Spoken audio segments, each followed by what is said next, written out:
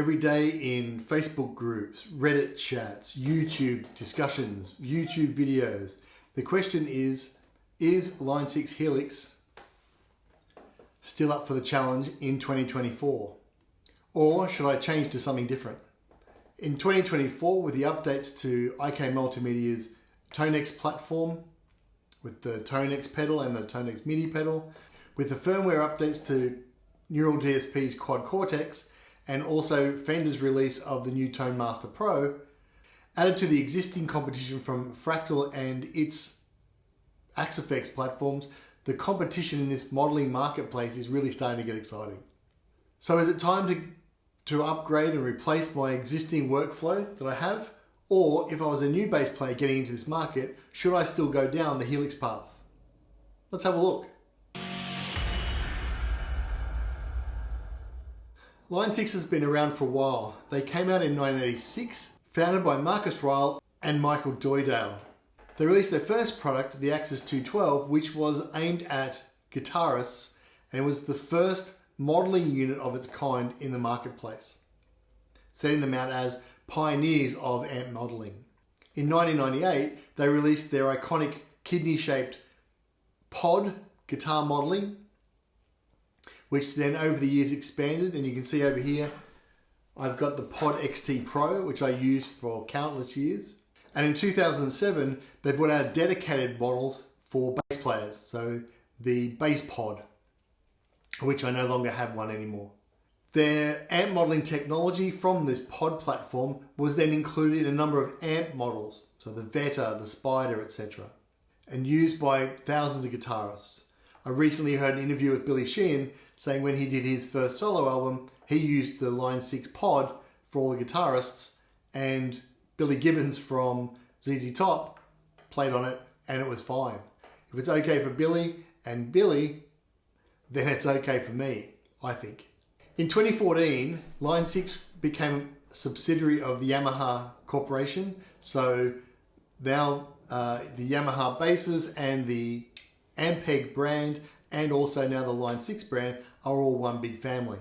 And in 2015, they released the first Helix product, the Helix Floor, that has now seen since 2015 a range of Helix branded products, from the Helix Floor, the LT, the HX Stomp, and this year in 2024 the release of the Helix One pedal. So a long history of amp modeling and the development of virtual instruments for guitar and bass guitar. If you follow Steve Solacki on YouTube, as I do, then he has a number of videos that showcase the difference between the various models, the Quad Cortex, the Tonemaster, the Helix, a whole lot of them. In fact, I think he owns all of them, and therefore he has a really good view on them. And you can catch up with his video. I'll put a link up here to the one he does between the Tonemaster and the Helix. Now, he is a guitar player, so we have to take his opinion with a bit of a grain of salt. Now, he's fantastic. I've learned a lot about amp modeling across the board from Steve. Please do check out his channel. And what you find from his reasoning as a touring musician who relies on amp modeling around the world for both his live and recording gigs, his view seems to be similar to what mine has become, which is the sound is good and the tone is great, but it's more about the flexibility, the ease of use, the quality control of the box, the footprint of it. Which one suits you better from a usability perspective as opposed to the sound? If you're on stage, once the sound leaves your unit and goes to the front of house, you have no control over it. What you're hearing may not be what the sound engineer is doing at the front. And the same in the recording studio. Once you've recorded your sound, quite often there's a dry signal that goes with it, and the sound engineer in the mixing then adds virtual amps, reamps, does a whole bunch of things. Whenever I record, I always record the wet signal coming from the Helix, but I also record the dry coming straight off the bass. That way I've got the ability to flex around whatever. So if the Ampeg model that I've picked in my Helix just isn't quite cutting it in the recording, I can always use a different amp or reamp it through a different model if I really wanted to.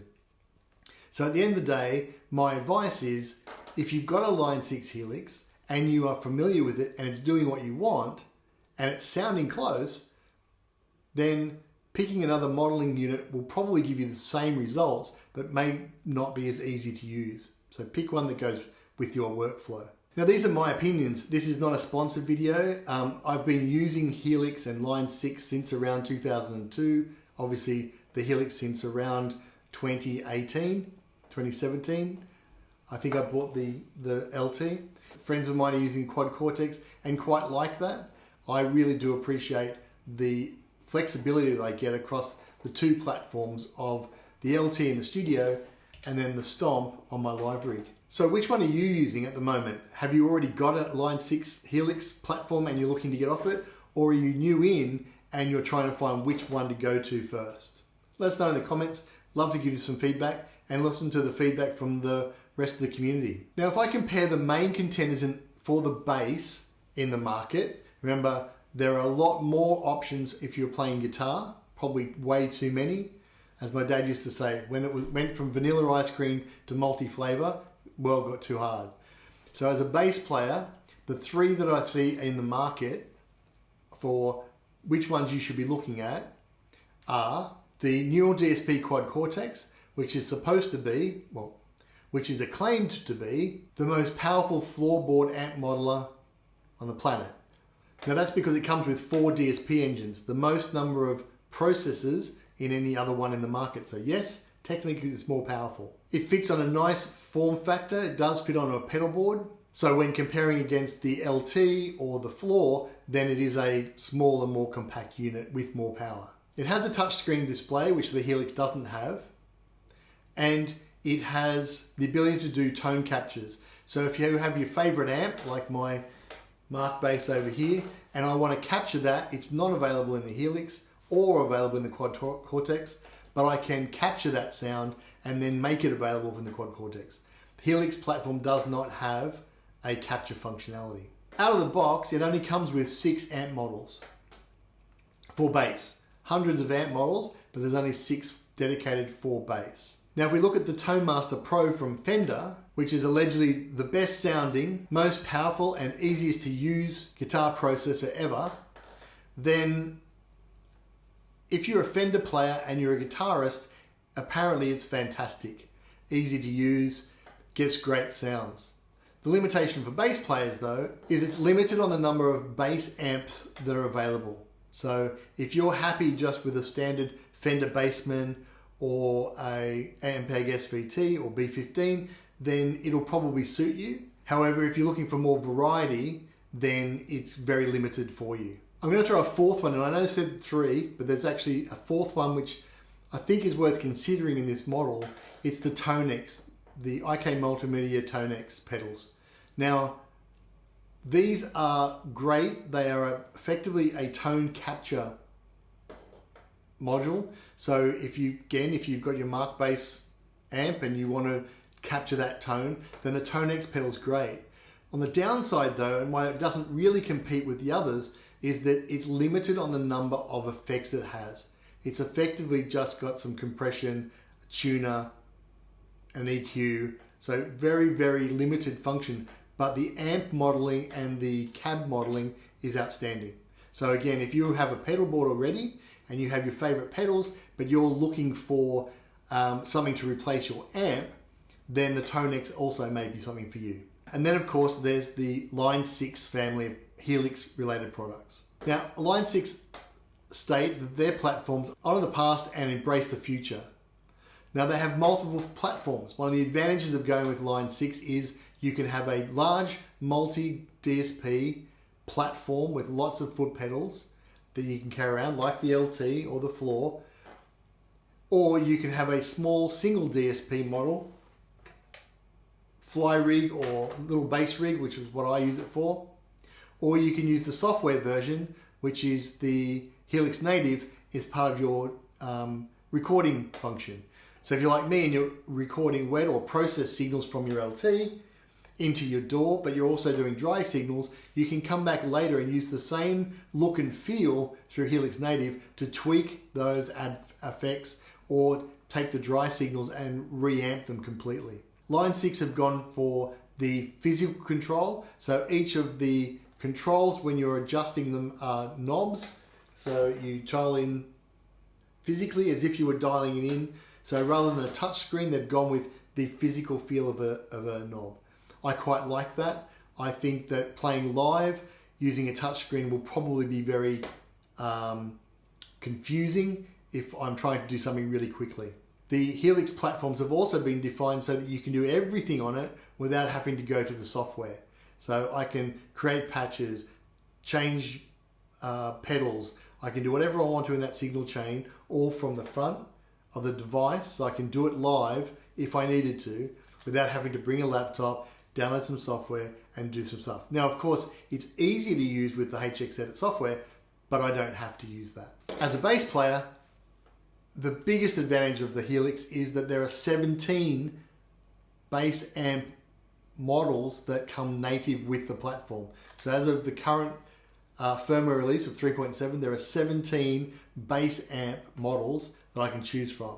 Now, I personally haven't used all of them, but I have them there if I want to. There's cabinet configurations dedicated for bassists, and there's those, again, 17. So that's significantly more bass amp configurations that are available without going to a capture technology that I have available to me. Now, obviously, the other platforms may grow. Quad Cortex is getting a big push in the bass market, so they may decide to bring out more models, but they also have the ability to capture, which gives you the flexibility of what you're doing. But out of the box, I love the Helix because it's easy to use, and that as a bass player, it does everything that I need inside one box. So one of the major things I should be considering of whether I'm going to move away from the Helix or whether I should go into the Helix or another platform. So as I stated earlier in the video, the sounds are going to be roughly the same. If you pick an Ampeg SVT amp inside the Helix, the Quad Cortex, the Fender, then they're going to sound roughly the same.